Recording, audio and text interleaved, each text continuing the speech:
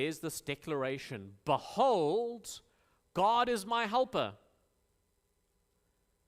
That word behold is important.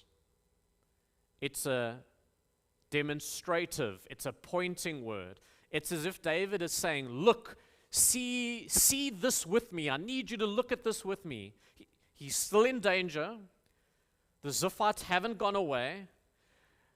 But he's shifted his eyes away from the danger to the defender. And so he says, behold, look at this with me. It's a recalibration of reality.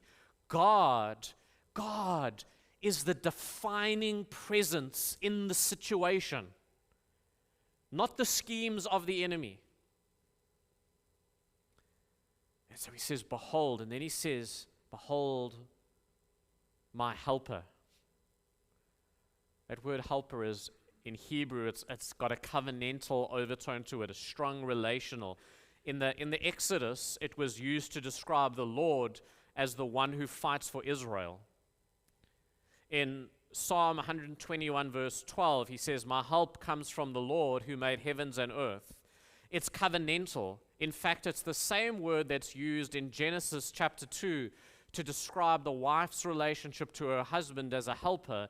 Here, that same word is being used of God. God is my helper. It's not the help of a well-meaning bystander. It's the decisive intervention of one with the power and the will to save. But then look at this. This is special. It's not just God is a helper. Did you see the personal pronoun? God is my helper. This is covenantal possession. It's the language of belonging.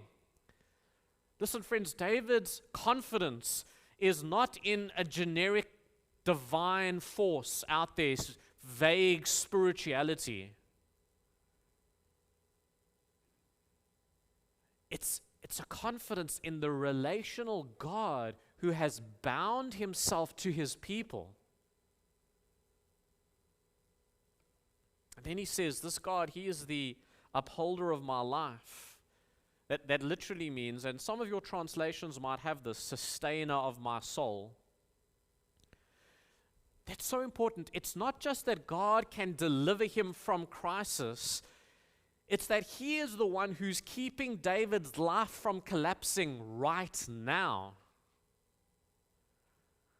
The great African church father Augustine points out that this is often the first way God helps his people, by upholding them inwardly before any outward deliverance comes. You know, friends, this is important because we tend to measure God's help by whether the external problem has been solved. Has this problem been fixed yet? Yes or no? But David reminds us that God's help often comes first as inner steadiness, the quiet refusal of a soul to give way when everything around is shaking.